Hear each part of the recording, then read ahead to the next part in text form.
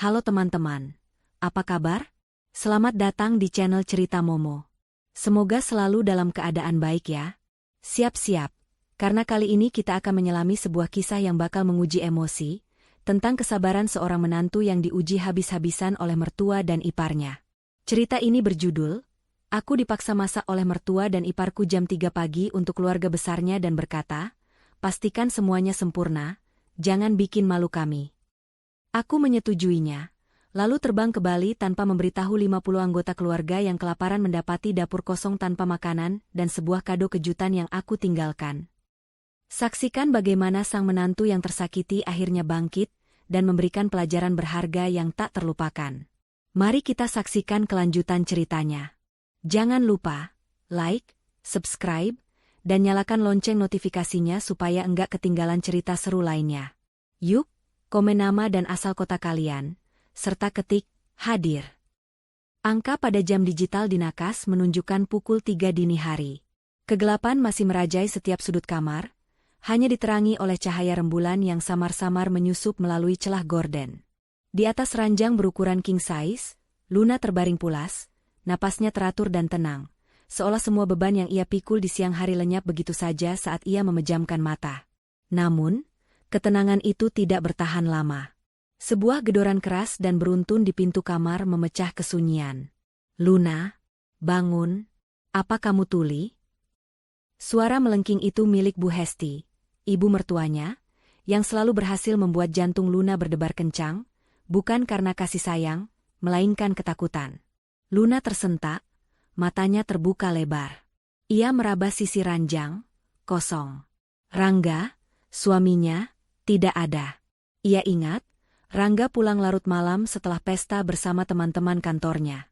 Mungkin suaminya itu masih tidur di sofa ruang tengah, kelelahan. Gedoran kedua terdengar lebih kencang, diikuti suara ketukan sepatu hak tinggi yang tergesa-gesa. Lun, cepat buka. Atau mau saya dobrak? Kali ini suara Siska, kakak iparnya, terdengar penuh kekesalan. Dengan sisa kantuk yang masih menempel, Luna bergegas bangkit. Ia mengikat rambut panjangnya asal-asalan, lalu membuka pintu. Di ambang pintu, berdiri dua wanita yang mengenakan piyama sutra mahal. Bu Hesti berdiri dengan tangan di pinggang, wajahnya menampakkan kekesalan yang mendalam. Di sampingnya, Siska bersedekap, menatap Luna dengan pandangan meremehkan dari ujung kepala hingga ujung kaki. Astaga, kamu ini menantu atau kebo? Bangun susah sekali. Sembur Bu Hesti, matanya melotot. Cepat ganti baju. Pergi ke dapur. Luna mengerutkan keningnya, bingung. Ada apa, Ma? Kenapa harus ke dapur sepagi ini? Siska mendengus sinis. Kamu ini pikunnya, Luna? Lupa? Besok lusa itu acara syukuran rumah. Keluarga besar dari luar kota sudah datang dari kemarin sore. Dan apa? Kamu masih enak-enakan tidur? Tapi Ma, acara syukuran kan lusa? Luna mencoba menjelaskan. Namun, Bu Hesti langsung memotong perkataannya. Tidak ada tapi-tapian. Mama sudah bilang, mereka datang dari kemarin sore, bukan lusa. Jadwalnya dimajukan. Mereka mau sarapan bareng besok pagi. Sekarang sudah pagi, bukan lusa, Luna. Bu Hesti membentak, suaranya naik 1 oktav. Seketika, pikiran Luna berputar. Syukuran rumah. Rumah mewah ini, rumah yang selalu dibanggakan Bu Hesti di depan semua orang. Rumah yang dibeli dari tabungan hasil jerih payah Rangga, begitu yang selalu mereka katakan. Luna menghela napas panjang, menahan ledakan emosi yang mulai membuncah di dadanya. Keluarga besar kita itu ada 50 orang lebih. Dan mereka tidak mau makan makanan dari catering. Kata mereka, lebih enak masakan buatan sendiri. Jelas Siska, nadanya dibuat-buat manis tapi menusuk. Mama bilang kamu itu menantu yang paling pintar masak. Jadi, hari ini kamu yang turun tangan. Buat sarapan untuk semua orang. Masakan yang lezat, yang bisa bikin semua keluarga kita terpukau. Wajah Luna memucat. 50 orang? Ini gila. Pukul 3 dini hari, dan ia harus memasak untuk puluhan orang? Untuk apa? Hanya demi gengsi Bu Hesti dan Siska? Rasanya, Seluruh tenaganya terkuras hanya dengan membayangkan tumpukan bahan makanan dan peralatan dapur yang harus ia sentuh. "Luna, dengar baik-baik," kata Bu Hesti, suaranya melunak sedikit, tapi dengan nada penuh ancaman. "Mama sudah membanggakan kamu di depan keluarga besar. Mama bilang kamu menantu idaman, yang rajin, pandai masak, dan penurut. Pastikan semuanya sempurna, jangan bikin malu kami." Kata-kata itu bagai belati dingin yang menusuk jantung Luna. Pastikan semuanya sempurna. Sempurna. Kata yang selalu menjadi beban dalam hidupnya. Tidak ada ruang untuk kesalahan. Tidak ada ruang untuk lelah. Tidak ada ruang untuk dirinya sendiri. Semua harus sempurna, hanya demi menyenangkan mereka. "Kamu mengerti, kan?" tanya Siska, mencondongkan tubuhnya ke arah Luna. "Kami tidak mau ada satupun anggota keluarga yang mengkritik masakanmu. Apalagi sampai bikin malu Mama." Luna hanya bisa mengangguk pasrah. "Baik, Ma, Siska. Saya mengerti." Tanpa menunggu lebih lama, ia melangkah ke kamar mandi, mengguyur wajahnya dengan air dingin, mencoba mengusir sisa-sisa kantuk yang masih betah. Ia memandang pantulan dirinya di cermin. Mata lelah, lingkaran hitam yang samar di bawahnya, dan wajah yang tampak lebih tua dari usianya. Ia bukan lagi Luna yang dulu, yang penuh semangat dan ceria. Ia telah menjadi bayangan dari dirinya sendiri. Suasana dapur yang biasanya sunyi di malam hari, kini terasa begitu mencekam. Luna menyalakan lampu, dan matanya langsung disambut dengan tumpukan bahan makanan di atas meja. Ada karung beras, sayuran segar yang masih dibungkus, berbagai macam daging, bumbu-bumbu, dan lain-lain. Melihat itu, napas Luna terasa sesak. Ini bukan lagi memasak. Ini lebih seperti mengerjakan proyek besar sendirian. Luna mulai bekerja. Tangannya cekatan memotong bawang, mengupas kentang, dan mencuci beras. Setiap gerakan yang ia lakukan, bagai sebuah tarian yang sudah ia hafal di luar kepala. Namun, di balik setiap gerakan itu, hatinya berteriak. Mengapa ia selalu diperlakukan seperti ini? Ia teringat kembali ke masa-masa awal pernikahannya dengan Rangga. Awalnya semua terasa indah. Rangga adalah pria yang hangat dan penuh perhatian. Tetapi, semuanya berubah saat mereka pindah ke rumah mewah ini.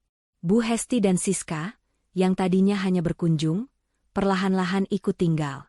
Mereka mengambil alih semua urusan rumah, termasuk mengatur hidup Luna. Rangga, yang dulunya selalu membela Luna, kini seolah-olah buta dan tuli. Ia selalu berpihak pada ibu dan kakaknya. Beralasan, mereka hanya ingin yang terbaik untuk kita, Luna. Mereka itu orang tua. Orang tua, gumam Luna, tangannya terhenti sejenak saat mengiris bawang. Kata itu terasa begitu pahit di lidahnya. Orang tua macam apa yang membuat menantunya sendiri menderita? Tiba-tiba, ia teringat kejadian seminggu yang lalu. Luna sedang sakit demam, tubuhnya menggigil. Tetapi Bu Hesti tetap memaksanya untuk membereskan kebun di belakang rumah. Alasan saja. Cuma demam begini tidak akan mati. Luna, lihat Siska, dia bahkan sedang diet demi tampil cantik di depan calon suaminya, tidak mengeluh sama sekali. Bu Hesti mencibir. Siska hanya duduk manis sambil meminum jus, menatapnya dengan tatapan meremehkan. Rangga hanya diam, memilih untuk tidak ikut campur. Air mata Luna menetes, bercampur dengan pedihnya irisan bawang. Ia segera mengusapnya. Tidak ada gunanya menangis. Air mata tidak akan mengubah apapun. Ia harus tetap kuat. Kuat untuk apa? Untuk terus diperlakukan seperti ini? Suara-suara di kepalanya saling beradu. Satu sisi mengatakan, "Sabar, Luna. Ini ujian. Semua akan indah pada waktunya." Sisi lain berbisik, "Sampai kapan? Sampai kamu benar-benar hancur? Sampai kamu tidak punya lagi sisa-sisa semangat hidup?" Ia memejamkan mata, membiarkan ingatan pahit itu mengalir. Ada saat di mana Bu Hesti mengusirnya dari meja makan hanya karena Luna menambahkan cabai pada makanannya, padahal ia suka pedas. "Tidak sopan. Kamu pikir ini warteg? Kalau mau makan pedas, makan saja di luar," bentak Bu Hesti, membuat Rangga dan Siska tertawa. Lalu, ada momen di mana Siska sengaja merusak salah satu barang kesayangan Luna, sebuah lukisan bunga yang ia beli dari hasil tabungannya. Siska beralasan tidak sengaja, tetapi di mata Luna, jelas ada senyum puas di wajahnya. Saat Luna mencoba mengeluh pada Rangga, Rangga hanya berkata, "Sudahlah, Luna. Itu hanya lukisan. Nanti aku belikan yang baru." Namun, ia tidak pernah membelikannya. Semua kenangan buruk itu berputar-putar di benak Luna, menambah beban di pundaknya yang sudah terlalu berat. Ia mengambil pisau, mengiris daging dengan gerakan yang lebih cepat dan lebih kasar dari sebelumnya. Kemarahan yang selama ini ia pendam, mulai menampakkan diri. Tangannya gemetar. Ia berhenti. Pisau itu terlepas dari genggamannya, jatuh ke wastafel dengan suara berdentang keras. Seluruh tubuhnya terasa lemas. Ia bersandar pada meja dapur, menunduk, dan terisak pelan. Tidak. Cukup. Ia tidak akan membiarkan dirinya hancur seperti ini lagi. Ia tidak bisa melanjutkan hidup dengan rasa sakit dan perlakuan tidak adil yang tiada henti. Ia sudah terlalu lelah. Luna mengangkat kepalanya, matanya merah, tapi kini tidak lagi dipenuhi kesedihan. Ada tekad yang membara di sana. Tatapan yang selama ini kosong dan pasrah, kini dipenuhi oleh kobaran api. Ia menatap tumpukan bahan makanan di hadapannya, lalu menatap jam dinding yang menunjukkan pukul 3.45. "Tidak," bisiknya. "Aku tidak akan melakukannya." Tiba-tiba, sebuah ide gila melintas di kepalanya. Sebuah ide yang begitu nekat, tapi terasa begitu membebaskan. Ia teringat akan sebuah janji yang pernah ia buat untuk dirinya sendiri.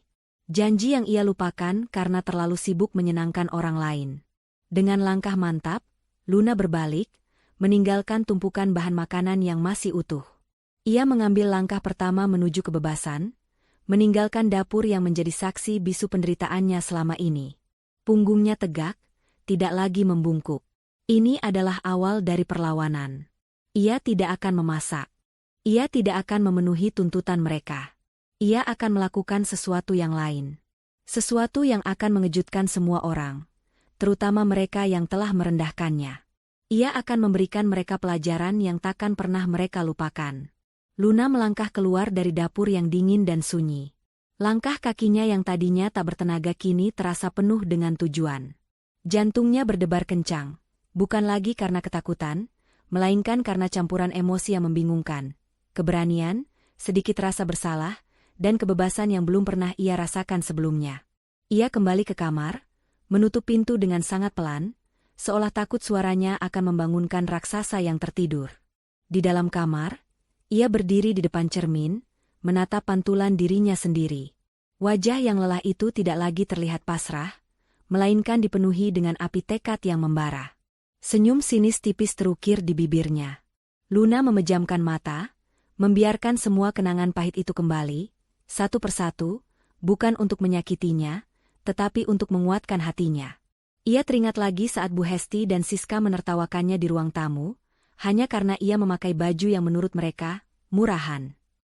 Padahal, baju itu adalah hadiah dari neneknya. Ia ingat bagaimana Siska menyindirnya habis-habisan di depan teman-teman arisan Bu Hesti, mengatakan bahwa Luna hanya beruntung bisa menikah dengan Rangga, putra dari keluarga terpandang. Mama yakin, kalau bukan karena Rangga yang nekat, Luna pasti sudah jadi pembantu di rumah orang.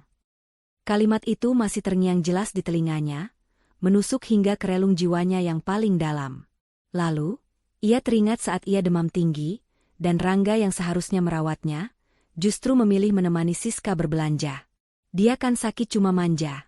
"Mah," kata Rangga pada ibunya, yang tak sengaja Luna dengar dari kamar. Sakit dan manja. Dua kata itu terasa seperti tamparan keras di wajahnya. Sejak kapan rasa sakitnya dianggap sebagai kelemahan, sebuah drama yang dibuat-buat? Luna menghela napas, menahan air mata yang ingin menetes. Ia tidak akan menangis lagi. Air mata tidak akan menyelesaikan masalah. Hanya tindakan yang bisa. Ia melangkah menuju lemari pakaian. Bukan untuk memilih piyama baru, tapi untuk mengambil koper kecilnya. Ia membukanya, mengeluarkan beberapa lembar baju yang paling nyaman, bukan yang paling mahal. Ia memasukkan beberapa barang penting, dompet, ponsel, dan sebuah amplop usang yang selama ini ia sembunyikan di bawah tumpukan bajunya.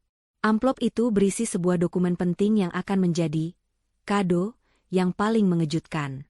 Tangan Luna bergerak cepat, tetapi pikirannya bergerak lebih cepat lagi. Ia memikirkan Rangga, suaminya. Apa ia akan sedih? Atau justru marah? Hati Luna berdesir pilu. Ia sudah berusaha keras untuk menjadi istri dan menantu yang baik. Ia sudah mencoba segala cara untuk memenangkan hati Bu Hesti dan Siska. Tetapi, semua itu sia-sia. Mereka hanya melihatnya sebagai objek, sebagai pelayan, bukan sebagai manusia yang memiliki hati dan perasaan. Bahkan Rangga, yang seharusnya menjadi pelindungnya, justru ikut-ikutan. Ia lelah.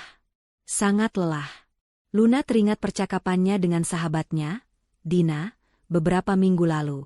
Dina adalah satu-satunya orang yang tahu bagaimana hidup Luna sebenarnya. Sampai kapan kamu mau jadi keset mereka? Lun, kamu punya hak untuk bahagia. Kamu punya hak untuk hidup. Kamu punya hak untuk mengambil kembali apa yang seharusnya jadi milikmu, kata Dina saat itu, matanya penuh kekhawatiran. Kata-kata itu berulang-ulang di benak Luna, bagai mantra yang membangunkannya dari tidur panjang. Malam itu, dalam keheningan yang mencekam, Luna akhirnya memutuskan untuk mendengarkan hati kecilnya. Ia bukan lagi Luna yang penurut. Ia bukan lagi Luna yang pasrah. Ia adalah Luna yang baru, yang berani mengambil keputusan drastis, yang berani melawan. Ia akan pergi, dan ia tidak akan pernah kembali, setidaknya tidak dalam wujudnya yang sekarang. Ia memasukkan semua barang pentingnya ke dalam koper. Ia tidak perlu membawa banyak barang. Harta benda tidak lagi berarti. Yang ia butuhkan hanyalah kebebasan. Kebebasan dari tuntutan, kebebasan dari hinaan, dan kebebasan dari rasa sakit. Ia akan terbang ke Bali, ke sebuah rumah kecil yang ia miliki di sana, tempat di mana ia bisa menemukan ketenangan. Di luar kamar, terdengar suara langkah kaki. Luna menahan napas, jantungnya berdegup kencang. Ia mengintip melalui celah pintu. Ternyata itu Rangga, yang berjalan gontai menuju kamar. Ia terlihat kelelahan dan mabuk. Luna cepat-cepat menjauh dari pintu. Ia tidak ingin Rangga melihatnya. Tidak sekarang. Ia tidak ingin suaminya menghentikan rencananya. Rangga masuk ke kamar, tidak menyadari keberadaan Luna. Ia langsung menjatuhkan diri ke tempat tidur tanpa menyalakan lampu, dan dalam hitungan detik, suara dengkurannya sudah terdengar. Luna menatap suaminya, hatinya diliputi rasa sedih yang mendalam. Andai saja Rangga bisa lebih peduli. Andai saja ia bisa menjadi pelindungnya. Tapi, semua itu hanyalah andaian. Luna menghela napas, lalu melangkah ke kamar mandi. Ia mengambil secari kertas dan pulpen. Tangannya gemetar saat ia mulai menulis. Bukan surat perpisahan yang melodramatis, tapi sebuah surat yang lugas, yang menjelaskan semua alasan ia pergi. Mama, Rangga, Siska. Jika kalian membaca ini, itu artinya saya sudah pergi. Saya pergi karena saya lelah. Saya lelah diperlakukan seperti pelayan di rumah yang seharusnya menjadi rumah saya. Saya lelah dihakimi, dihina, dan dianggap remeh. Saya lelah menjadi Luna yang kalian inginkan, yang sempurna di mata kalian, tetapi hancur di mata saya sendiri. Saya tahu, kalian pasti bertanya-tanya mengapa saya melakukan ini. Jawabannya ada di dalam kado yang saya siapkan untuk kalian. Tolong, bukalah kado itu. Setelah kalian membukanya, kalian akan mengerti semuanya. Saya doakan kalian bahagia. Luna membaca kembali surat yang ia tulis. Kalimatnya mungkin terdengar sederhana, tetapi setiap kata di dalamnya penuh dengan emosi dan rasa sakit yang mendalam. Ia melipat surat itu, lalu memasukkannya ke dalam sebuah kotak kado kecil yang sudah ia siapkan. Di dalam kotak kado itu, ia juga meletakkan sebuah dokumen penting. Dokumen yang selama ini ia sembunyikan dengan rapat. Salinan akta kepemilikan rumah. Ini adalah kartu asnya. Selama ini, Bu Hesti dan Siska selalu membanggakan rumah ini sebagai milik mereka, warisan dari orang tua Bu Hesti. Padahal, mereka tidak tahu, rumah ini, beserta semua aset di dalamnya, adalah milik Luna, warisan dari neneknya. Neneknya pernah berpesan padanya, simpan rahasia ini baik-baik, Luna. Sampai kamu menemukan orang yang benar-benar mencintaimu apa adanya, bukan karena harta. Sayangnya, ia tidak pernah menemukan itu. Dengan hati-hati, Luna membungkus kotak kado itu dengan kertas kado yang elegan. Ia mengikatnya dengan pita. Kotak itu terlihat seperti hadiah ulang tahun atau perayaan, padahal isinya adalah bom waktu yang siap meledak dan menghancurkan semua kebohongan yang telah mereka bangun.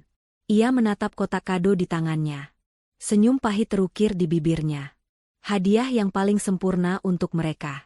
Hadiah yang akan membuat mereka terdiam, dan membuat mereka menyesal. Jam sudah menunjukkan pukul 4.30. Luna mengenakan jaketnya, menggendong ransel kecilnya, dan menarik koper kecilnya dengan hati-hati.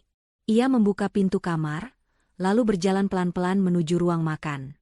Ia meletakkan kotak kado itu di atas meja makan, tepat di tengah-tengah. Ia memastikan posisinya mudah dilihat, jadi tidak mungkin mereka akan melewatkannya. Ia melirik ke arah dapur, ketumpukan bahan makanan yang masih utuh. Ia tersenyum. Ia tidak akan memasak. Biarkan mereka yang kelaparan. Biarkan mereka yang mencari tahu sendiri mengapa sarapan mereka tidak ada. Sinar matahari pagi mulai menyusup melalui jendela.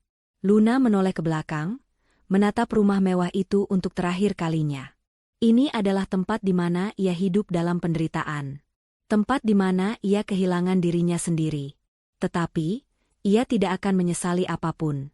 Ia akan pergi, dan ia akan kembali menjadi Luna yang dulu, yang kuat, yang penuh semangat, dan yang pantas mendapatkan kebahagiaan sejati. Ia melangkah keluar, menutup pintu, dan meninggalkan semua masa lalunya di belakang. Angin subuh yang dingin menusuk hingga ke tulang, tetapi tidak sedingin rasa lega yang merayap di dada Luna. Di tangannya, koper kecil terasa begitu ringan, bukan karena isinya yang sedikit, melainkan karena ia tidak lagi membawa beban berat dari masa lalunya. Luna berjalan cepat, langkah kakinya berderap di atas aspal sunyi, menjauhi gerbang rumah mewah yang baginya terasa seperti penjara emas. Jalanan kompleks perumahan itu sepi, hanya ada lampu-lampu taman yang memancarkan cahaya kekuningan, menciptakan bayangan panjang dari sosoknya. Ia menoleh ke belakang sekali lagi, memandang rumah itu dari kejauhan. Rumah yang dibangun di atas penderitaan dan air matanya. Rumah yang menjadi saksi bisu setiap hinaan dan perlakuan tidak adil. Rumah yang seharusnya menjadi surga, malah berubah menjadi neraka. Di balik pintu itu, mungkin Rangga masih terlelap dalam tidurnya yang nyenyak. Tidak tahu bahwa saat ia membuka mata, hidupnya tidak akan sama lagi. Bu Hesti dan Siska mungkin sedang bermimpi indah tentang pujian yang akan mereka terima dari keluarga besar atas masakan, menantu idaman, mereka. Hati Luna mencelos, namun ia segera menguatkannya. Tidak ada gunanya menoleh ke belakang. Ia harus maju. Saat melangkah, pikirannya kembali berputar pada segala hal yang telah ia korbankan. Ia menyerahkan impiannya untuk menjadi seorang desainer interior, demi menjadi istri yang sempurna. Ia mengubur talentanya memasak, yang sebenarnya ia miliki, karena Bu Hesti dan Siska hanya melihatnya sebagai alat. Ia bahkan mengorbankan hubungannya dengan teman-temannya, karena merasa malu dengan kehidupannya yang tidak sesuai dengan apa yang terlihat dari luar. Sekarang, semua pengorbanan itu terasa sia-sia. Ia tidak mendapatkan apa-apa. Hanya luka. Langkah kaki Luna semakin cepat. Ia melirik jam di pergelangan tangannya. Pukul 4.50. Pesawatnya berangkat pukul 6. Ia harus segera sampai di bandara. Jalan utama terasa begitu jauh, tetapi ia terus berjalan tanpa henti. Di tengah kegelapan subuh, ia merasa begitu bebas. Tidak ada lagi yang mengawasi, tidak ada lagi yang mengkritik. Hanya ada dirinya, jalanan sepi, dan janji kebebasan. Luna berjalan ke arah pos penjagaan kompleks perumahan. Petugas keamanan yang sudah tua terlihat sedang tertidur di dalam posnya. Luna tidak ingin mengganggunya. Ia melangkah keluar gerbang, dan berdiri di pinggir jalan raya yang masih sepi. Ia merogoh ponselnya dari tas, membuka aplikasi pemesanan taksi online. Tanda, driver tidak tersedia, muncul di layar. Beberapa kali ia mencoba, hasilnya tetap sama. Panik mulai merayap di hatinya. Bagaimana jika ia tidak mendapatkan taksi? Bagaimana jika ia terlambat? Ia menoleh ke arah kanan dan kiri. Tidak ada satupun kendaraan yang lewat. Hanya keheningan yang mencekam. Luna menghela napas panjang, mencoba menenangkan dirinya sendiri. Ia harus berpikir jernih. Akhirnya, Ia memutuskan untuk berjalan lebih jauh ke arah jalan utama, berharap ada taksi yang kebetulan lewat. Setelah berjalan sekitar 15 menit, ia melihat sebuah mobil taksi berwarna biru yang terparkir di pinggir jalan. Ada seorang sopir yang sedang tertidur di dalam. Tanpa ragu, Luna mengetuk jendela mobil itu. Sopir itu terbangun, menatap Luna dengan mata setengah terbuka. "Maaf, Pak. Apa Bapak bisa mengantarkan saya ke bandara?" tanya Luna, suaranya terdengar tercekat. Sopir taksi itu menguap, lalu mengangguk pelan. "Bisa, Neng. Ayo naik." Luna menghela napas lega. Ia membuka pintu belakang dan duduk di dalam. "Tolong, Pak. Perjalanan tercepat ke bandara, ya. Saya harus segera sampai." "Iya, Neng. Kebetulan jalanan masih sepi," jawab sopir itu sambil menjalankan mobilnya. Di dalam taksi, Luna menatap pemandangan di luar jendela. Gedung-gedung tinggi, jalanan yang kosong, dan lampu-lampu kota yang masih menyala. Semua itu terasa begitu asing. Seperti mimpi. Ia seperti sedang menonton sebuah film tentang hidupnya sendiri. Pikirannya kembali melayang pada malam-malam tanpa tidur yang ia lewati. Malam-malam di mana ia menangis sendirian di kamar, merenungkan nasibnya. Malam-malam di mana ia bertanya-tanya, apakah ia salah memilih jalan hidup? Luna merogoh saku jaketnya, merasakan selembar kartu nama yang ada di sana. Kartu nama itu milik Tante Rina, seorang desainer interior terkenal di Bali, teman lama neneknya. Nenek Luna pernah berpesan padanya, "Jika kamu merasa tersesat, temui Tante Rina di Bali. Dia akan membantumu menemukan jalan pulang." Luna tidak pernah mengerti maksud neneknya, tetapi sekarang, ia mengerti. Jalan pulang yang dimaksud neneknya bukanlah rumah, melainkan dirinya sendiri. Taksi itu melaju dengan kecepatan tinggi, melewati jalanan yang sunyi, menuju bandara. Dalam benak Luna, ia mengulangi lagi tekadnya. Ia akan memulai hidup baru. Ia akan menjadi desainer interior. Ia akan menemukan kebahagiaannya. Ia tidak akan lagi menjadi bayangan dari orang lain.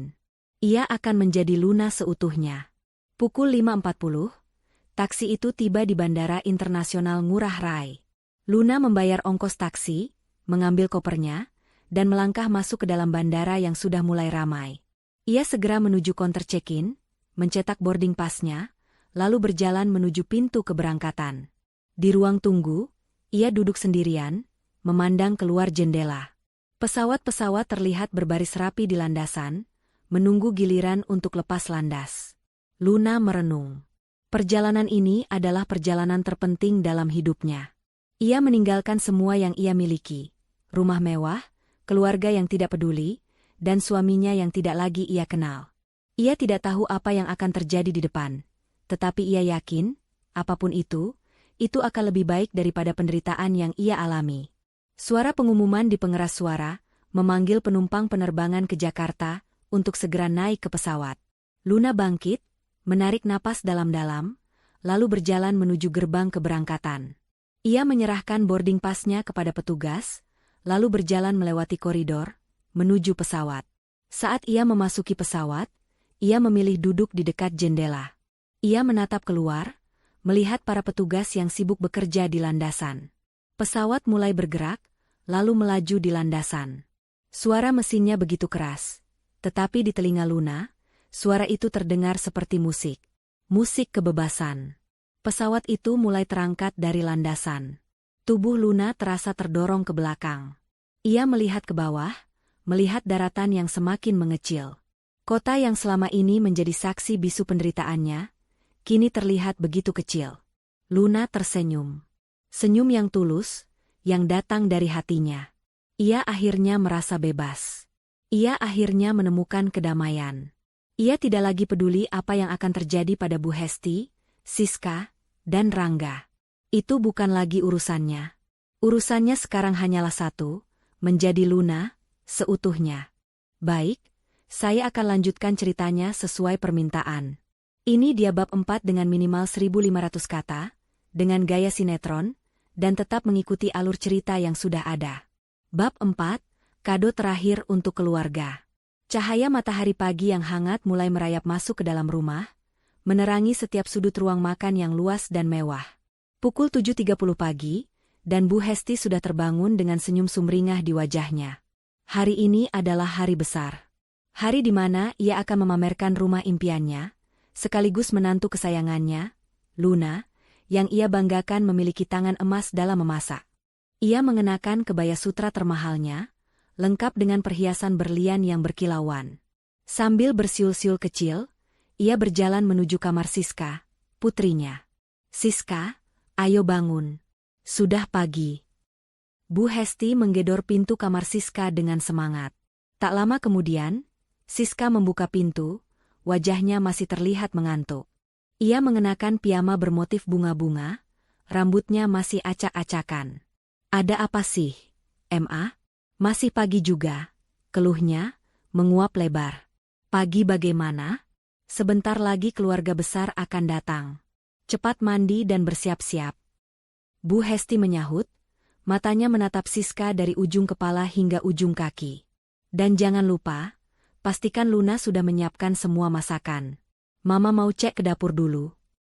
Siska mengangguk, lalu kembali masuk ke kamarnya. Di dalam hatinya, ia merasa puas. Seharian ini ia tidak perlu repot-repot memikirkan sarapan. Ia sudah membayangkan bagaimana Luna akan menyajikan berbagai hidangan lezat yang akan membuat semua orang terkesan. Ia tersenyum membayangkan pujian yang akan dilontarkan para bibi dan sepupunya tentang betapa beruntungnya mereka memiliki menantu seperti Luna. Sementara itu, Bu Hesti sudah tiba di ambang pintu dapur. Aroma wangi masakan yang ia bayangkan seharusnya sudah menyebar, tetapi yang ia cium hanyalah aroma kopi dari dispenser dan wangi pembersih lantai yang samar. Ia mengerutkan keningnya, merasa ada yang tidak beres. "Luna?" panggilnya, suaranya terdengar gema di ruangan yang luas itu. Tidak ada jawaban. Bu Hesti melangkah masuk. Matanya langsung menyapu setiap sudut dapur. Tidak ada siapa-siapa. Kompor bersih. Peralatan masak tersusun rapi di rak. Tumpukan bahan makanan yang ia siapkan semalam masih berada di tempatnya, utuh, tidak tersentuh. Karung beras masih terikat, sayuran masih terbungkus plastik, dan daging-dagingan masih berada di dalam kulkas. "Luna, kamu di mana?" teriak Bu Hesti, suaranya mulai dipenuhi kemarahan. Ia menggeledah setiap sudut dapur. Kamar pembantu, gudang, bahkan di halaman belakang. Tidak ada. Siska, yang sudah selesai mandi dan berpakaian, berjalan ke dapur dengan langkah anggun. "Mama, kenapa teriak-teriak? Jangan-jangan Luna ketiduran lagi?" tanyanya sambil menyeduh teh. "Lihat sendiri." Bu Hesti menunjuk tumpukan bahan makanan yang masih utuh. Dia tidak memasak apa-apa. Dia kabur. Mata Siska melebar, cangkir teh di tangannya hampir terlepas. "Apa? Kabur? Tidak mungkin. Dia mana berani?" "Tidak mungkin bagaimana? Buktinya tidak ada apa-apa di sini. Cepat cari dia. Cari di kamarnya," perintah Bu Hesti. Keduanya bergegas menuju kamar Luna dan Rangga. Pintu kamar tertutup rapat. Bu Hesti langsung membukanya tanpa mengetuk. Kamar itu kosong. Ranjang berantakan. Namun, tidak ada Luna. Hanya ada sebuah koper kecil yang hilang dari tempatnya. "Dia benar-benar pergi," gumam Siska, wajahnya pucat pasi. "Bagaimana ini, Ma? Keluarga besar sebentar lagi datang. Mereka mau makan apa?" Bu Hesti mondar-mandir di dalam kamar, tangannya memijit pelipisnya. Amarahnya memuncak. "Kurang ajar. Beraninya dia melakukan ini. Setelah kita perlakukan dia seperti ratu, dia malah membalas kita seperti ini." "Ratu bagaimana, Ma?" tanya Siska, suaranya bergetar. "Ma, ini salah kita. Kita terlalu memaksanya." "Diam kamu, Siska. Jangan menyalahkan Mama. Ini semua salahnya. Dia yang tidak tahu diri." Bu Hesti membentak, matanya berkaca-kaca. Bukan karena sedih, melainkan karena malu dan marah yang membuncah. Ia sudah membanggakan Luna di depan semua orang. Dan sekarang, semua itu akan hancur berantakan. Tiba-tiba, suara klakson mobil terdengar dari luar. Bunyinya beruntun, menandakan rombongan keluarga besar sudah tiba. Wajah Bu Hesti dan Siska semakin pucat. Mereka menatap satu sama lain, panik. "Ma, Mereka sudah datang. Apa yang harus kita lakukan? Tanya Siska. Tenang. Tenang. Bu Hesti berbisik, mencoba mengendalikan dirinya. Kita bilang saja makanannya belum matang. Kita pesan catering sekarang juga.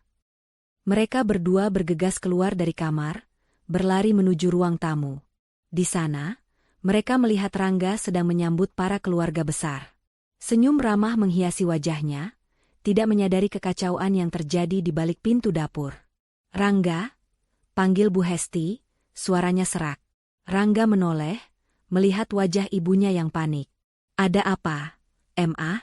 Kenapa Mama dan Siska terlihat seperti habis melihat hantu? Luna pergi, bisik Bu Hesti, hampir tidak terdengar. Pergi? Pergi kemana? Mungkin dia ke pasar. Rangga menyahut santai, sama sekali tidak menyadari betapa seriusnya situasi. Rangga, dia tidak ke pasar. Dia pergi dengan kopernya. Dia tidak masak apa-apa. Siska menimpali, suaranya meninggi. Mata Rangga melebar. Ia menoleh ke arah ruang makan. Di sana, ia melihat kerumunan keluarga besar sudah mulai berkumpul. Ia melihat Tante Dini, bibinya yang paling suka menggosip, sudah duduk dengan wajah penuh ekspektasi. Lalu, ia melihat Om Deddy, pamannya yang paling suka mengkritik. Wajahnya tegang. Tunggu sebentar. Bu Hesti berkata dengan suara keras, mencoba mengalihkan perhatian. Silakan duduk. Semuanya, kita tunggu sarapan sebentar lagi. Keluarga besar mulai duduk, berbisik-bisik, wajah mereka penuh tanda tanya. Mereka melihat Bu Hesti, Rangga, dan Siska yang terlihat begitu panik. Ada apa ini, Hesti? Mana makanannya? Tanya Tante Dini, suaranya lantang. Bu Hesti tersenyum kaku. Ini, sedang disiapkan. Sedang disiapkan? Disiapkan bagaimana? Tidak ada bau masakan sama sekali. Komentar Om Deddy, suaranya sinis. Malu merayap di wajah Bu Hesti. Rasanya ia ingin lari dan bersembunyi. Tiba-tiba, pandangannya jatuh ke arah meja makan. Di tengah-tengah meja yang besar dan kosong itu, sebuah kotak kado tergeletak dengan rapi. Kotak itu dibungkus dengan kertas kado berwarna emas dan diikat dengan pita sutra merah. Itu adalah kotak yang sama yang mereka lihat semalam di dalam gudang. Kotak apa itu? Tanya Tante Dini, menunjuk ke arah kotak kado. Semua mata tertuju pada kotak kado itu. Bu Hesti dan Siska berjalan mendekat, seolah terhipnotis. Rangga juga ikut mendekat, merasa penasaran. Kotak itu terlihat begitu indah dan misterius. Tidak ada nama. Tidak ada pesan. Mungkin ini kado untuk kita. Dari Luna, bisik Siska, berharap. Bu Hesti mengambil kotak itu dengan tangan gemetar. Rasanya begitu ringan, tetapi di dalamnya terasa begitu berat. Ia menimbang-nimbang, haruskah ia membukanya? Di satu sisi, ia ingin tahu isinya. Di sisi lain, ia merasa takut. Takut kalau isi kado itu adalah sebuah lelucon, atau justru sesuatu yang lebih buruk. Buka saja, Hesti. Jangan buat penasaran, kata Om Deddy, suaranya tidak sabar. Semua mata menatap Bu Hesti. Wajah-wajah yang tadinya penuh ekspektasi akan sarapan lezat, kini berubah menjadi wajah-wajah yang penuh rasa ingin tahu akan isi kotak kado itu. Semua orang menahan napas, menunggu. Bu Hesti menatap Siska, lalu menatap Rangga. Mereka berdua sama-sama tidak tahu apa yang harus dilakukan. Bu Hesti menelan ludah. Tangannya bergerak, mencoba membuka ikatan pita. Di kepalanya, ia membayangkan isinya adalah perhiasan, atau mungkin uang. Sesuatu yang akan menutupi rasa malunya. Namun, ia tidak tahu, di dalam kotak itu, sebuah kejutan terbesar sedang menunggu untuk menghancurkan kebohongan yang selama ini mereka bangun. Suasana ruang makan yang tadinya riuh rendah oleh bisikan dan sapaan, kini berubah menjadi hening. Hening yang mencekam. Semua mata, dari anak-anak hingga orang dewasa, tertuju pada satu titik. Sebuah kotak kado berwarna emas yang tergeletak di tengah meja. Kotak itu seolah menjadi pusat gravitasi yang menarik perhatian seluruh anggota keluarga besar. Bu Hesti berdiri mematung di sampingnya. Tatapannya kosong, tangannya masih memegang pita merah yang hampir ia buka. Hesti, ayo buka saja. Jangan buat kami penasaran. Suara Tante Dini, bibi Bu Hesti yang paling vokal, memecah kesunyian. Mungkin itu ucapan terima kasih dari Luna, karena sudah diizinkan tinggal di rumah kalian. Ucapan itu bagai tusukan tajam di hati Bu Hesti. Kata, diizinkan, terdengar begitu ironis, mengingat semua perlakuan yang telah ia berikan pada Luna. Ia menelan ludah, tidak tahu harus menjawab apa. Wajahnya yang tadinya berseri-seri kini berubah tegang, kerutan di keningnya semakin dalam. Ia melirik ke arah Siska dan Rangga, mencari dukungan, tetapi kedua wajah itu sama-sama diliputi kepanikan. Iya, Ma. Buka saja, bisik Rangga, suaranya pelan. Ia tidak mengerti apa yang terjadi, tetapi ia tahu ada sesuatu yang jauh lebih besar dari sekadar Luna yang tidak memasak. Ada firasat buruk yang merayap di benaknya. Dengan tangan gemetar, Bu Hesti akhirnya menarik pita merah itu. Pita itu terlepas. Ia lalu membuka penutup kotak kado dengan hati-hati. Mata semua orang memicing, mencoba melihat isinya. Di dalam kotak itu, tergeletak sebuah amplop putih dan sebuah kertas kecil. Apa itu? Hesti? Uang? Atau perhiasan? Tanya Om Deddy, Paman Rangga, dengan nada tidak sabar. Bu Hesti mengambil amplop itu. Tangannya gemetar hebat.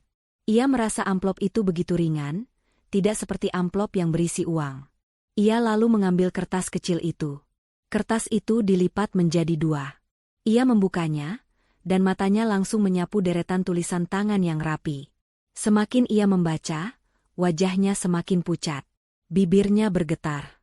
Surat? Tanya Siska, suaranya bergetar. Bu Hesti tidak menjawab. Ia hanya terus membaca, berulang kali, seolah tidak percaya dengan apa yang ia lihat. Wajahnya yang tadinya marah, kini berubah menjadi takut. Matanya mulai berkaca-kaca, bukan karena malu, tapi karena ketidakpercayaan. Siska, yang merasa penasaran, mengambil alih surat itu dari tangan ibunya. Ia membacanya dengan cepat, dan sama seperti ibunya, wajahnya langsung memucat.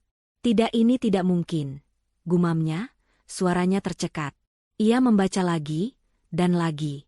Lalu, ia menoleh ke arah Bu Hesti, matanya dipenuhi ketakutan. Ada apa? Kenapa kalian berdua terlihat seperti habis melihat hantu? Tanya Rangga, yang berdiri di samping mereka, merasa bingung. Ia mengambil surat itu dari tangan Siska. Dengan cepat, ia membaca isinya.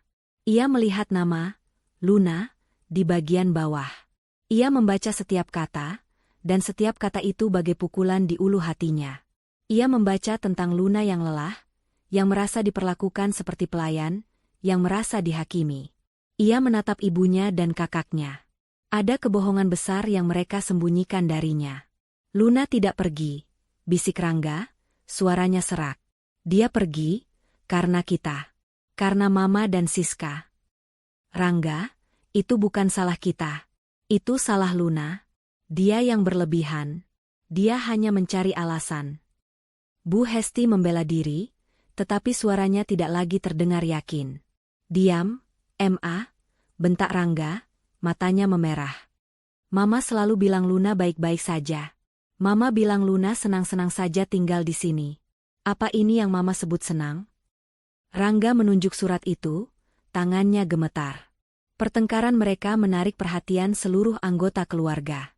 Tante Dini, yang sudah tidak sabar, melangkah maju. Ada apa ini? Surat apa itu? Berani-beraninya kalian ribut di depan kami. Itu hanya masalah keluarga. Rangga mencoba menenangkan. Masalah keluarga bagaimana? Kami diundang ke sini untuk syukuran. Kami kelaparan, teriak Om Deddy. Kekacauan mulai terjadi. Beberapa anggota keluarga mulai berbisik-bisik. Mereka melihat ke arah dapur, yang masih kosong dan sunyi. Mereka melihat wajah Bu Hesti dan Siska yang pucat, dan wajah Rangga yang marah. Mereka menyadari, ada sesuatu yang disembunyikan. Jadi, tidak ada makanan? Kami datang jauh-jauh hanya untuk melihat drama keluarga kalian, tanya seorang sepupu.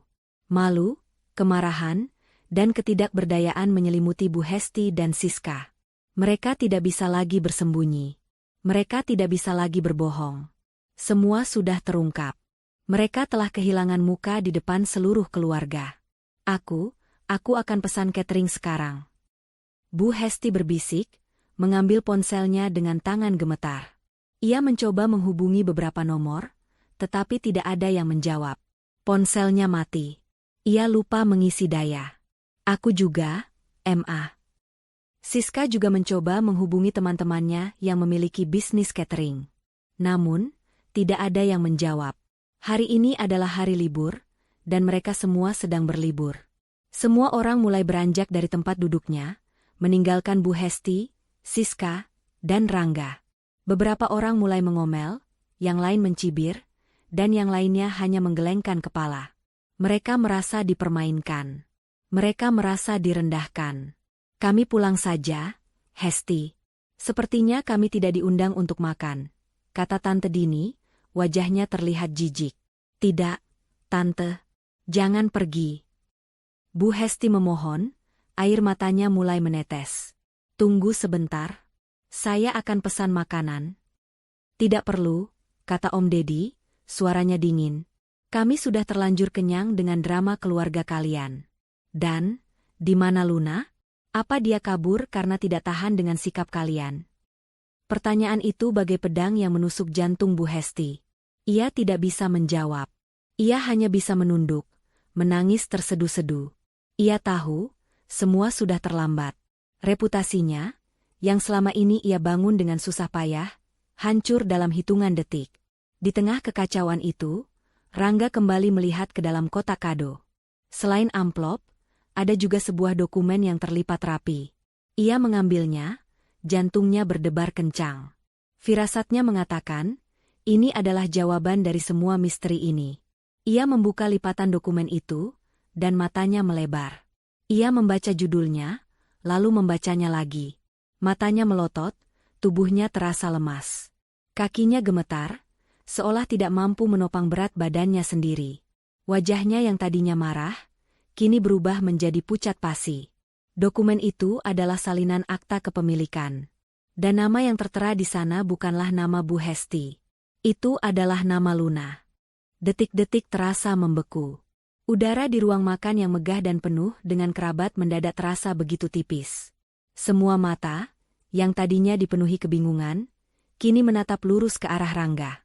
Wajah Rangga yang tadinya marah, kini berubah pucat pasi, matanya melotot, dan bibirnya bergetar hebat. Di tangannya, selembar dokumen yang terlihat rapuh, tetapi memiliki kekuatan untuk menghancurkan segalanya.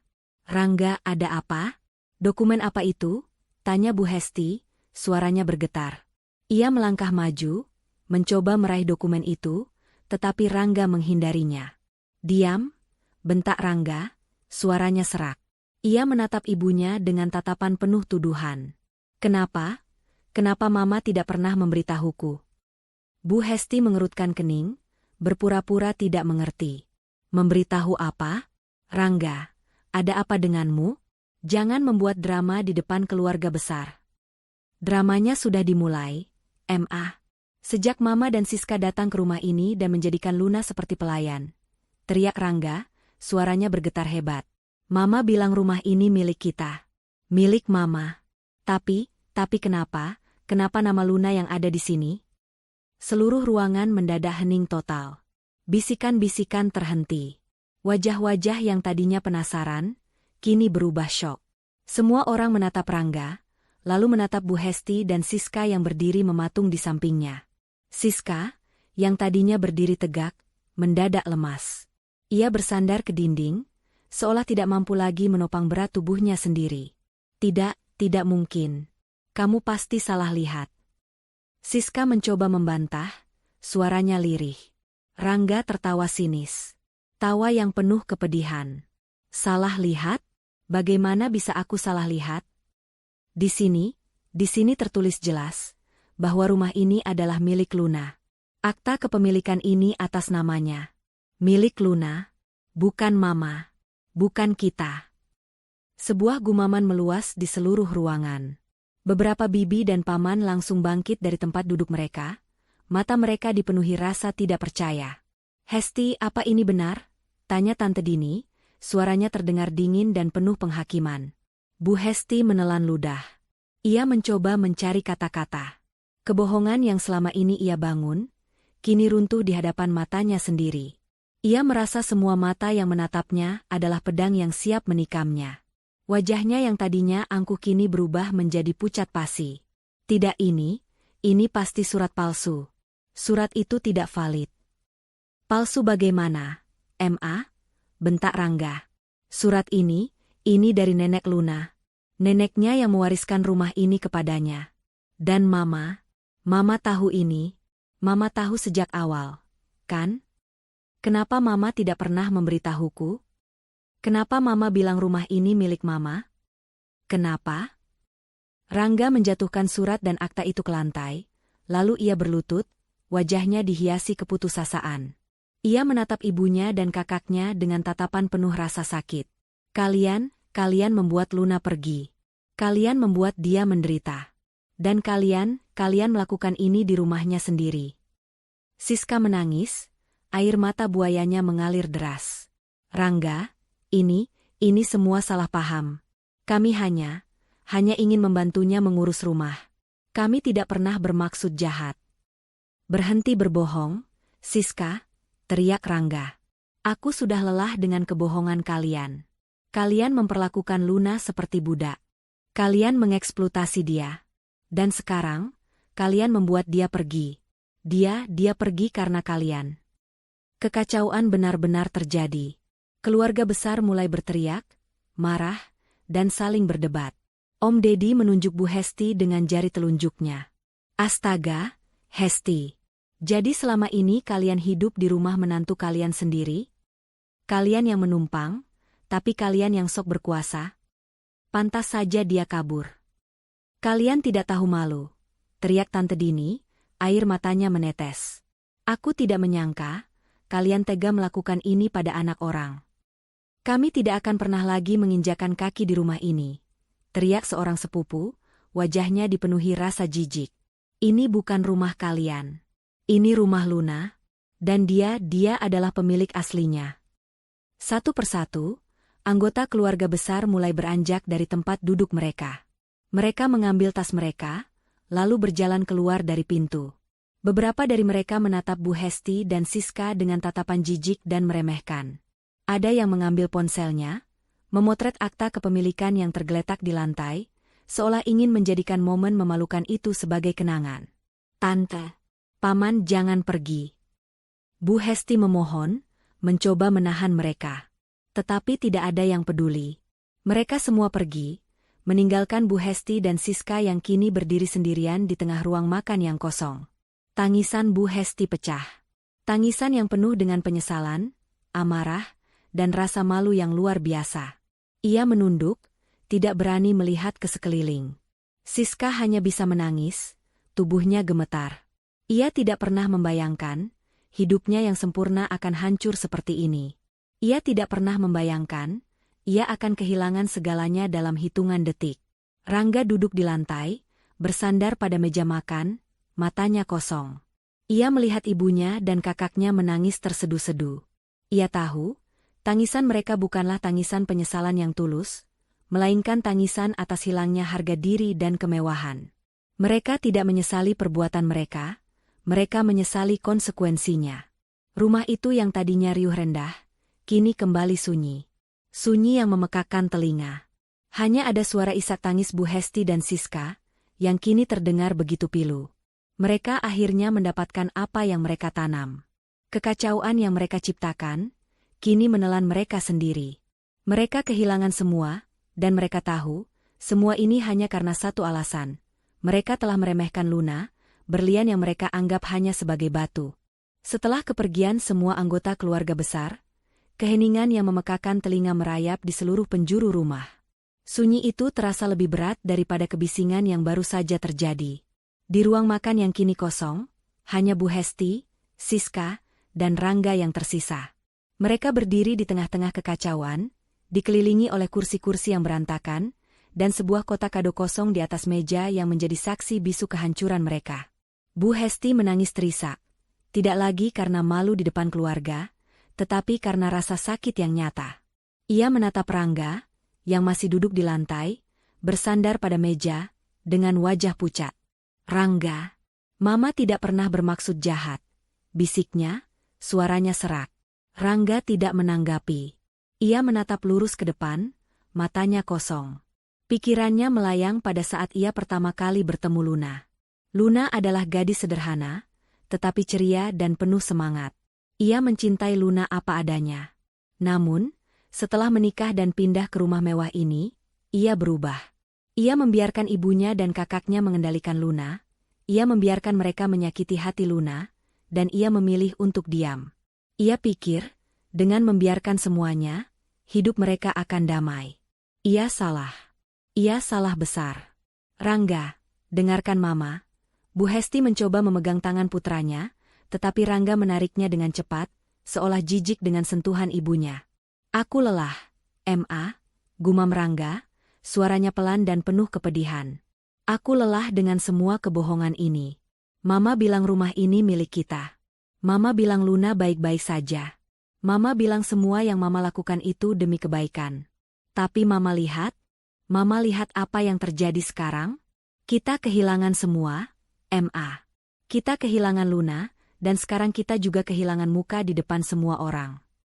Di sudut ruangan, Siska tidak bisa menahan tangisnya. Ia menyadari, selama ini ia telah hidup dalam gelembung kebohongan. Ia selalu merasa superior, merasa lebih baik dari Luna. Ia membayangkan hidupnya akan selalu dipenuhi kemewahan, dan ia akan menikah dengan pria kaya. Namun, semua impian itu hancur. Ia tidak hanya kehilangan harga diri, ia juga kehilangan status sosial yang selama ini ia banggakan.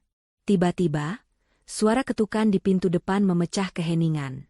Bu Hesti, Siska, dan Rangga langsung terdiam. Wajah mereka tegang. Siapa yang datang? Jangan-jangan salah satu dari keluarga besar kembali untuk mengolok-olok mereka. Rangga bangkit, berjalan gontai ke pintu depan. Ia mengintip dari balik tirai. Ia melihat Pak Budi, tetangga mereka, berdiri di depan pintu dengan wajah penuh tanda tanya. Di sampingnya, Ibu Santi, istrinya, terlihat sedang berbisik-bisik dengan wajah penasaran. Rangga menghela napas, lalu membuka pintu. Ada apa, Pak Budi? Tanyanya, suaranya terdengar lelah. Rangga, ini kami dapat kabar apa benar rumah ini bukan milik kalian? Tanya Pak Budi, suaranya ragu-ragu. Tadi Tante Dini menelepon istri saya. Dia bilang ada sesuatu di dalam kado. Itu hanya salah paham, Pak. Rangga mencoba berbohong. Namun, Ibu Santi, yang berdiri di samping Pak Budi, langsung menyela. Salah paham bagaimana? Tante Dini bilang, dia melihat sendiri. Katanya akta kepemilikan rumah ini atas nama Luna. Benarkah itu, Rangga? Rangga tidak bisa menjawab. Lidahnya terasa keluh. Di belakangnya, Bu Hesti dan Siska terlihat semakin panik. Mereka saling berbisik, memohon Rangga untuk berbohong. Namun, Rangga sudah lelah berbohong. Rangga, desak Pak Budi. Rangga menunduk, tidak sanggup menatap mata tetangganya. Iya, Pak. Itu benar. Rumah ini memang milik Luna. Seketika, wajah Pak Budi dan Ibu Santi berubah syok. Ibu Santi menutup mulutnya dengan tangan, matanya melebar. Ya Tuhan, jadi selama ini kalian menumpang di rumah menantu sendiri? Bisiknya, suaranya penuh rasa tidak percaya. Berita itu menyebar dengan cepat, bagai api di atas jerami. 10 menit kemudian, satu persatu tetangga mulai berdatangan ke depan rumah. Mereka tidak berani masuk, tetapi mereka berkerumun di depan gerbang, menatap rumah mewah itu dengan tatapan penuh rasa ingin tahu dan cibiran. Mereka tahu, ada sesuatu yang tidak beres. Berita tentang hilangnya Luna dan batalnya acara syukuran rumah sudah menyebar ke seluruh kompleks. Bu Hesti, yang melihat kerumunan itu dari balik jendela, langsung panik. Mereka tahu, Siska. Mereka tahu semuanya, teriaknya. Ia bersembunyi di balik gorden, tidak berani menunjukkan wajahnya. Siska mengambil ponselnya, mencoba menghubungi teman-temannya. Tetapi, tidak ada yang menjawab. Ia membuka media sosialnya, dan matanya langsung melebar. Ada banyak postingan dari sepupu-sepupunya, yang menceritakan tentang drama keluarga yang memalukan di rumah mewah. Salah satu postingan bahkan menampilkan foto akta kepemilikan rumah yang tergeletak di lantai. Berita itu sudah viral. Ma, lihat ini.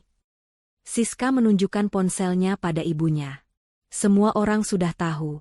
Reputasi kita hancur. Bu Hesti melihat postingan itu, dan hatinya terasa dicabik-cabik. Ia jatuh berlutut di lantai, memeluk lututnya, dan menangis terseduh-seduh. Ia tahu, hidupnya tidak akan sama lagi. Ia akan menjadi bahan gosip seluruh kompleks perumahan, bahkan mungkin seluruh kota. Di tengah kekacauan itu, ponsel Rangga berdering. Nama, Dina, muncul di layar. Itu adalah sahabat Luna. Rangga ragu-ragu, tetapi ia akhirnya mengangkatnya. Halo, Din. Suaranya bergetar. Rangga, kamu di mana? Kamu tahu apa yang terjadi? Suara Dina terdengar penuh kemarahan. Kenapa kalian melakukan ini pada Luna? Setelah semua yang dia berikan, kalian membuangnya seperti sampah. Dina, aku tidak tahu. Aku tidak tahu kalau rumah ini milik Luna. Rangga mencoba menjelaskan. Tidak tahu bagaimana? Kalian tinggal di sana setiap hari. Kalian menyiksa dia setiap hari. Jangan berbohong, Rangga. Kalian semua hanya ingin mengeksploitasi dia. Kalian semua bajingan, teriak Dina, lalu ia menutup teleponnya. Rangga terdiam. Ia memegang ponselnya, matanya mulai berkaca-kaca. Ia merasa begitu hancur. Ia tidak hanya kehilangan Luna, ia juga kehilangan teman-temannya, dan yang terpenting, ia kehilangan dirinya sendiri. Kini, mereka bertiga hanya bisa duduk diam, mendengarkan bisikan para tetangga yang berkerumun di luar. Mereka tahu, drama ini baru saja dimulai. Mereka telah kehilangan segalanya, dan mereka tahu, semua ini hanya karena satu alasan. Mereka telah meremehkan Luna, berlian yang mereka anggap hanya sebagai batu. Matahari pagi menyusup malu-malu di balik awan mendung, seolah enggan menyaksikan kehancuran yang terjadi di dalam rumah mewah itu. Tembok-temboknya yang menjulang tinggi, yang tadinya menjadi simbol kemewahan, kini terasa seperti dinding penjara. Di dalam, Bu Hesti dan Siska duduk di sofa, sama-sama terdiam, tidak ada lagi air mata, hanya keheningan yang menyesakkan.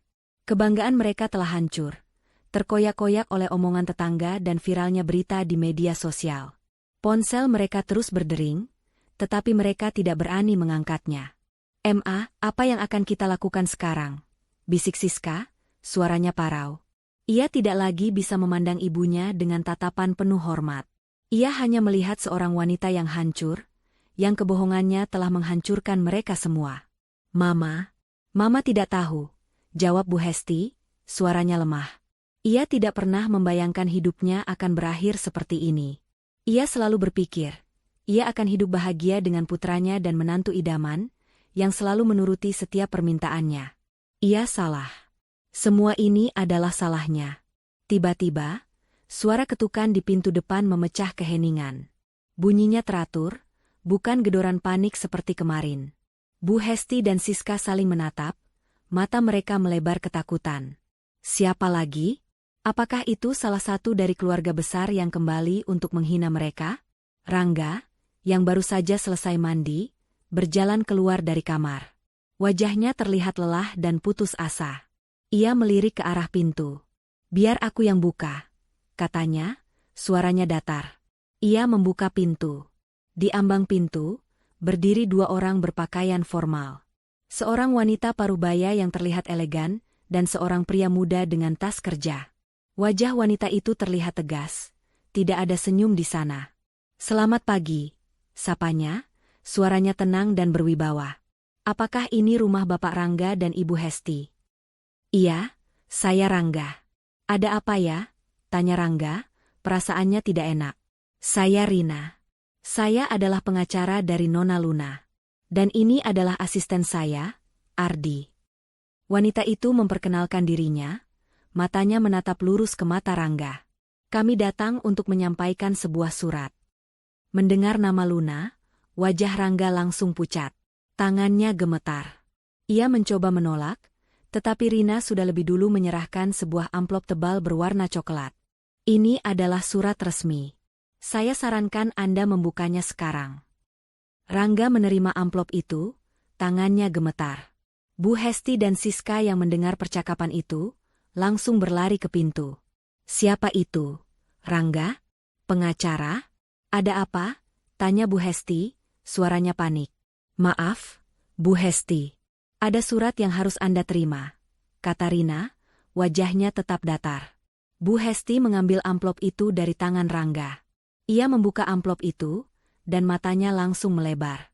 Itu adalah sebuah dokumen hukum, sebuah surat pengosongan rumah. Di dalamnya, tertera bahwa rumah mewah itu, yang mereka tempati, harus segera dikosongkan. Alasannya jelas, rumah itu akan segera dijual oleh pemilik aslinya. Luna. Tidak. Ini tidak mungkin. Surat ini palsu, teriak Bu Hesti, tangannya merobek surat itu. Ini tidak sah. Kami tidak akan pergi.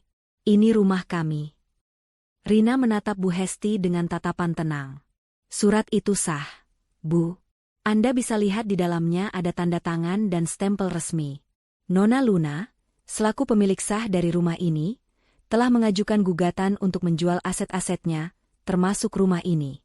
Dan sebagai salah satu dari aset-asetnya, Anda dan keluarga Anda harus segera mengosongkan rumah ini. Tidak. Kami tidak akan pergi, teriak Siska, air matanya menetes. Ini semua tidak adil. Dia tidak berhak melakukan ini. Tidak adil? Anda bilang tidak adil? Rina mengangkat alisnya, wajahnya menunjukkan sedikit rasa jijik. Sepertinya Anda dan keluarga Anda lupa, siapa yang tidak adil di sini. Selama ini, kalian hidup menumpang, memperlakukan pemilik rumah ini seperti pembantu, dan sekarang kalian bilang ini tidak adil? Apa Anda tidak malu? Kata-kata itu bagai tamparan keras di wajah Siska dan Bu Hesti. Mereka terdiam, tidak bisa membantah. Mereka tahu, Rina benar. Mereka tidak punya hak untuk memohon belas kasihan. Di luar gerbang, para tetangga mulai berdatangan. Mereka melihat Bu Hesti, Siska, dan Rangga yang berdebat dengan dua orang asing di depan pintu. Mereka tidak mendengar percakapannya, tetapi mereka bisa melihat ekspresi di wajah mereka. Wajah yang penuh keputusasaan, kemarahan, dan rasa malu yang mendalam. Mereka berbisik-bisik, menebak-nebak apa yang terjadi. Tiba-tiba, sebuah mobil van besar berwarna putih berhenti di depan gerbang. Beberapa orang dengan seragam tukang angkut keluar dari mobil itu, membawa beberapa kotak kosong. Mereka masuk ke dalam halaman rumah, dan berjalan ke arah pintu depan. Rina melihat ke arah tukang angkut itu. Mereka akan membantu Anda mengemasi barang-barang Anda. Paling lambat besok siang, rumah ini harus sudah kosong. Apa? Besok siang? Teriak Bu Hesti, suaranya melengking. Ini gila. Kami tidak akan pergi. Kami tidak akan membiarkan kalian mengambil rumah ini. Rumah ini bukan milik Anda, Bu. Anda tidak punya hak untuk menolaknya, kata Rina, suaranya dingin.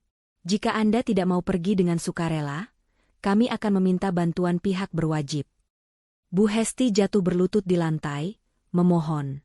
Jangan, tolong jangan lakukan ini. Kami tidak punya tempat tinggal lain.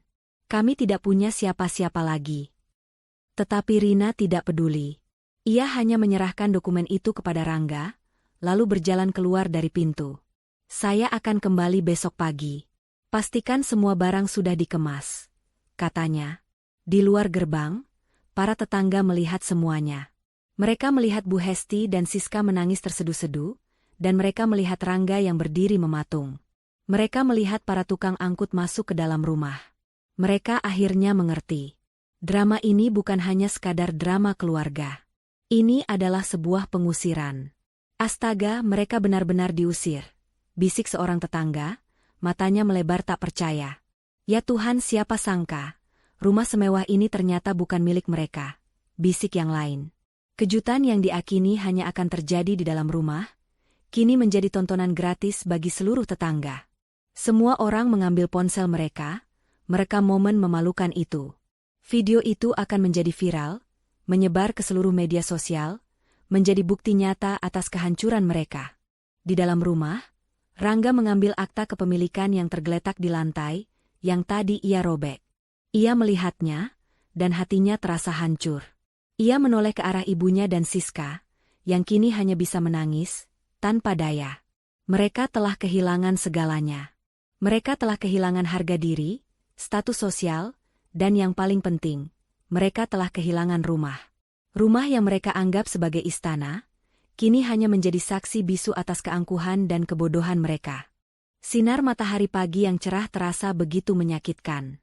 Di dalam rumah yang tadinya megah dan penuh tawa, kini hanya ada keheningan yang mematikan. Dinding-dinding yang tadinya dihiasi lukisan mahal, kini terlihat telanjang. Perabotan mewah yang menjadi kebanggaan, kini hanya tinggal kerangka kosong yang tertutup debu. Bu Hesti, Siska, dan Rangga berdiri di tengah-tengah ruang tamu yang kosong, dikelilingi oleh koper-koper dan kardus-kardus yang penuh dengan barang-barang mereka. Wajah Bu Hesti terlihat lelah, matanya bengkak. Piyamanya terlihat lusuh, rambutnya acak-acakan.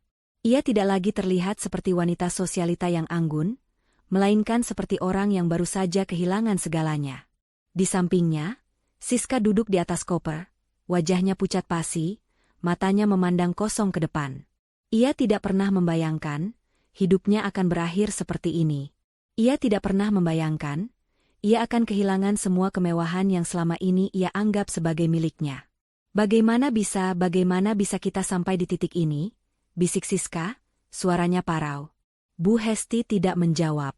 Ia hanya terus memandangi sekelilingnya, membiarkan kenangan pahit itu kembali satu persatu. Ia teringat bagaimana ia menghabiskan ribuan dolar untuk membeli lukisan mahal yang kini sudah tidak ada. Ia teringat bagaimana ia menghina Luna di depan teman-temannya, mengatakan bahwa Luna tidak pantas berada di rumah semewah ini. Sekarang, ia menyadari, dirinyalah yang tidak pantas berada di sini. Rangga berjalan mondar-mandir di antara tumpukan kardus, wajahnya dipenuhi rasa bersalah. Ia melihat sekelilingnya, teringat bagaimana dulu ia pernah berjanji pada Luna untuk memberikan kebahagiaan. Ia gagal. Ia tidak hanya gagal memberikan kebahagiaan, ia bahkan gagal menjadi pelindungnya. Ia membiarkan ibunya dan kakaknya menginjak-injak hati Luna, dan ia memilih untuk diam. Ia pikir, dengan diam, masalah akan selesai. Ia salah.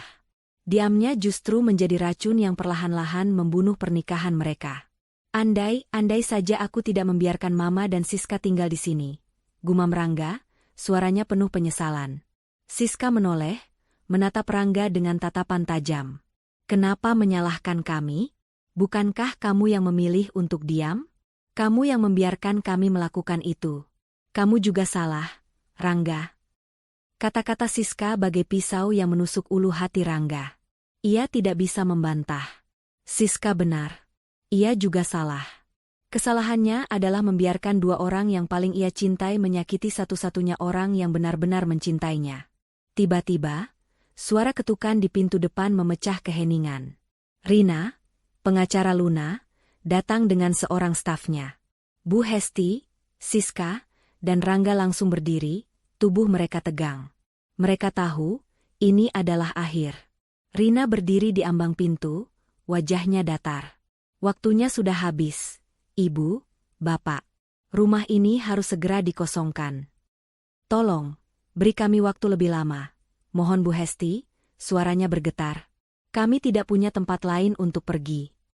Itu bukan urusan kami, jawab Rina, suaranya dingin.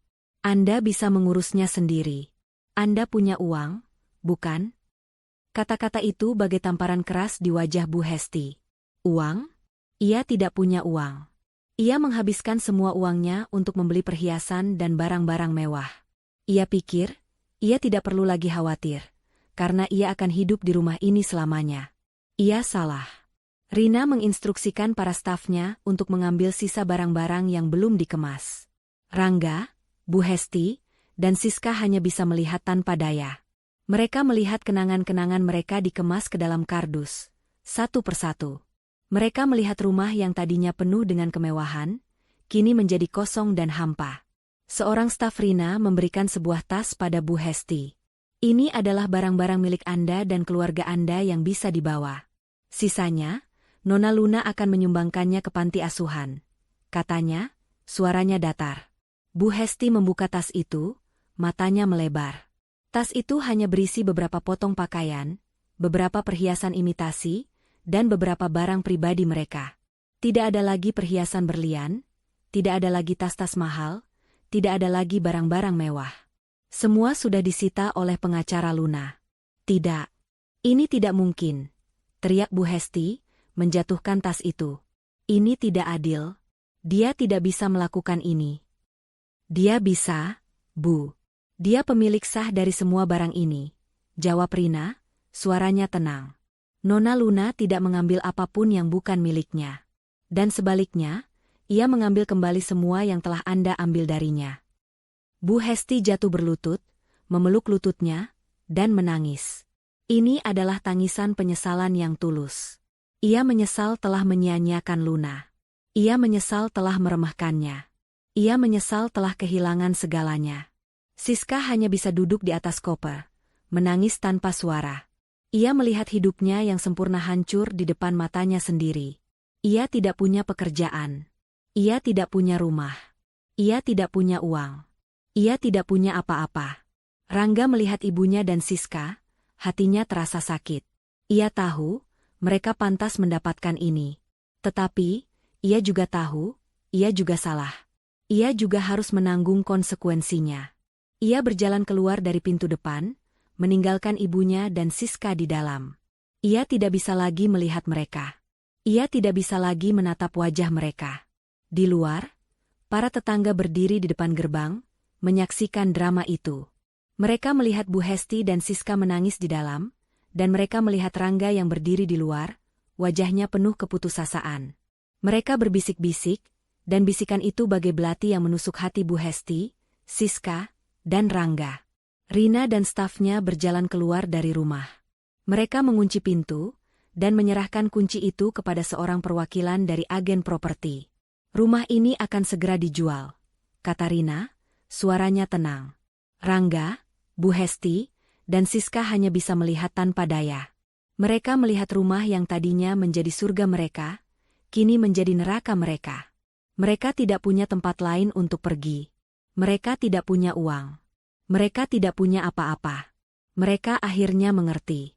Hidup yang mereka jalani selama ini adalah hidup yang palsu. Mereka tidak pernah benar-benar kaya. Mereka hanya menumpang di kehidupan orang lain. Dan sekarang, pemilik kehidupan itu telah mengambilnya kembali. Langit di atas Pulau Bali membentangkan kanvas biru yang tak bertepi, dihiasi awan-awan putih yang berarak pelan. Aroma garam dari laut dan harum kembang frangipani berpadu, menciptakan wangi yang menenangkan. Di teras sebuah villa kecil bergaya modern minimalis, Luna duduk di depan meja kerjanya, laptop terbuka di hadapannya. Ia tidak lagi mengenakan pakaian lusuh seperti saat di rumah Bu Hesti, melainkan gaun terusan berwarna putih yang sederhana namun elegan, rambutnya tergerai indah, dan sebuah senyum tulus terukir di bibirnya. Sudah 1 bulan sejak Luna meninggalkan hidup lamanya.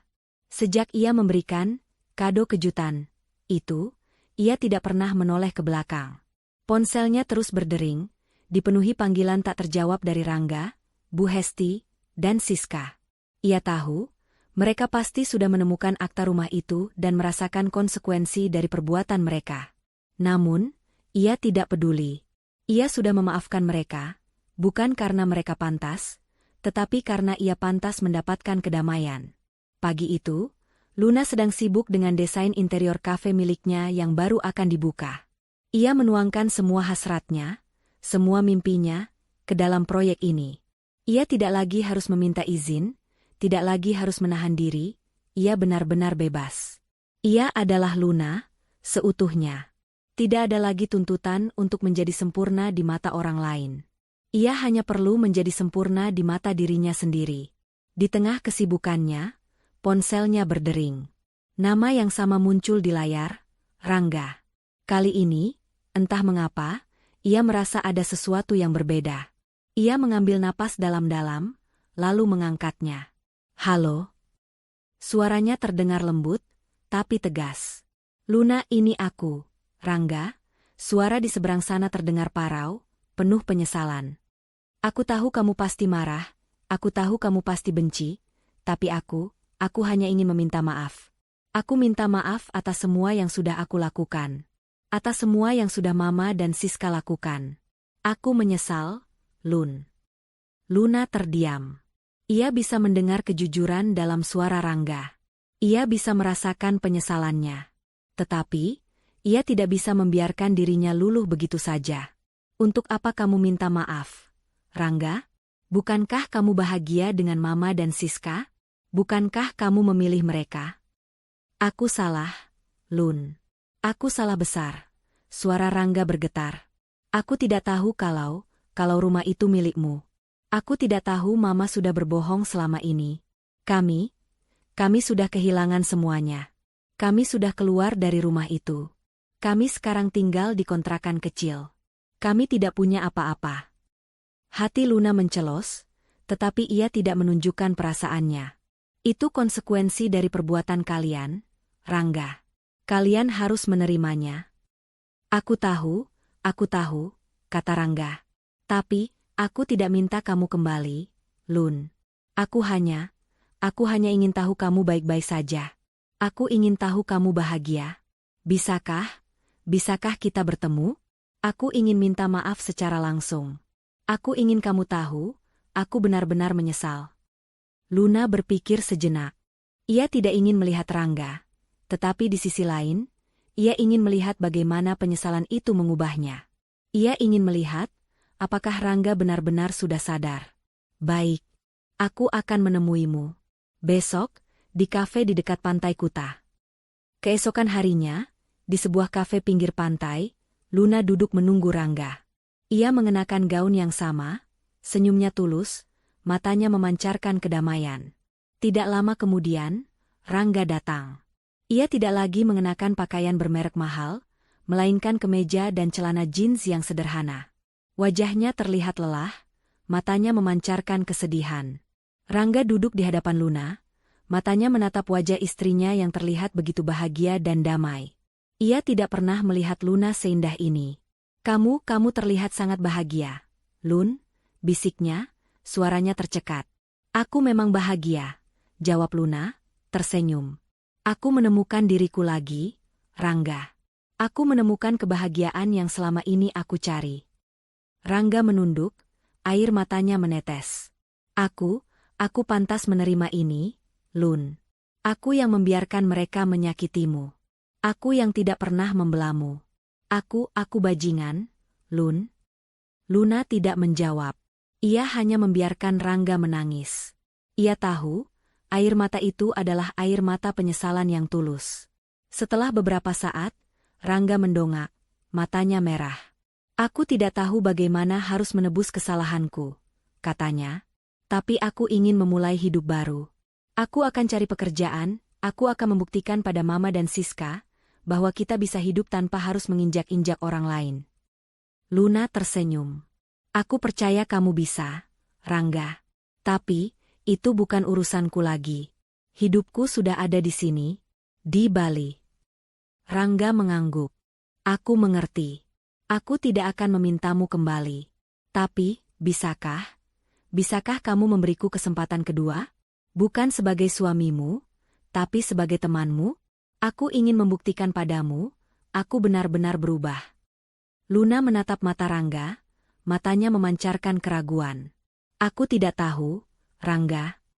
Aku tidak akan memaksa, kata Rangga. Aku akan kembali ke Jakarta. Aku akan mencari pekerjaan. Dan aku akan buktikan padamu, aku bukan lagi Rangga yang dulu. Kalau suatu saat nanti kamu sudah siap, hubungi aku. Rangga bangkit, lalu berjalan keluar dari kafe. Luna menatap punggungnya, hatinya berdesir. Ia melihat sosok Rangga yang baru. Sosok yang terlihat rapuh, tetapi penuh dengan tekad. Ia tahu, Rangga tidak berbohong. Ia benar-benar menyesal. 1 tahun kemudian, Luna berhasil membangun bisnis desainer interior yang sukses di Bali. Ia membeli villa yang lebih besar, dan hidupnya dipenuhi dengan kedamaian dan kebahagiaan. Suatu hari, saat ia sedang melihat-lihat berita di ponselnya, ia melihat sebuah artikel tentang Rangga. Rangga sekarang bekerja di sebuah perusahaan properti kecil, dan ia berhasil menjadi manajer di sana. Di foto itu, Rangga terlihat tersenyum, senyum yang tulus, bukan senyum angkuh seperti dulu. Di sisi lain, Bu Hesti dan Siska akhirnya mendapatkan hukuman yang pantas. Mereka harus bekerja keras di sebuah warung makan kecil, milik salah satu teman mereka yang kasihan.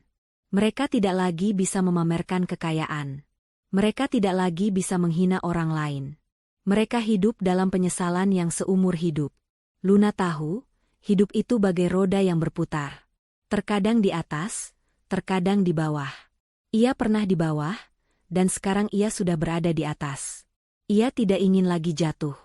Ia memilih untuk hidup dalam kedamaian dan kebahagiaan, jauh dari drama yang menyakitkan. Suatu sore, saat ia sedang duduk di teras, ia melihat sebuah pesan di ponselnya. Pesan itu dari Rangga. Aku sudah berhasil, Lun. Aku sudah mendapatkan pekerjaan yang layak. Aku sudah membuktikan pada diriku sendiri, aku bisa. Terima kasih atas semua pelajaran yang kamu berikan. Luna tersenyum. Ia tahu, ia sudah memaafkan Rangga. Ia tahu, ia sudah melepaskan semua rasa sakit di hatinya. Ia mengangkat ponselnya, lalu mengetik sebuah balasan. Selamat, Rangga. Aku bangga padamu. Pesan itu adalah tanda bahwa ia sudah benar-benar menemukan kebahagiaan sejati. Kebahagiaan yang tidak bergantung pada orang lain, tetapi datang dari dalam dirinya sendiri. Ia memilih untuk tetap tinggal di Bali, memulai hidup baru yang lebih tenang dan bahagia, tanpa ada lagi yang mengganggu. Ia menjadi inspirasi bagi para tetangganya di sana, seorang wanita yang berhasil bangkit dari keterpurukan. Pesan moral.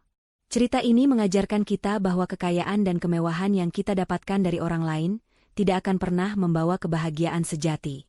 Kebahagiaan sejati datang dari keberanian untuk menjadi diri sendiri, dari kerja keras, dan dari ketenangan hati. Jangan pernah meremehkan orang lain, karena kita tidak pernah tahu seberapa besar potensi dan kekuatan yang mereka miliki. Jangan pernah mengorbankan harga diri dan kebahagiaan kita hanya untuk menyenangkan orang lain. Karena pada akhirnya, yang paling penting adalah bagaimana kita menghargai diri kita sendiri, bukan bagaimana orang lain menghargai kita. Semoga cerita ini bisa menjadi inspirasi bagi kita semua.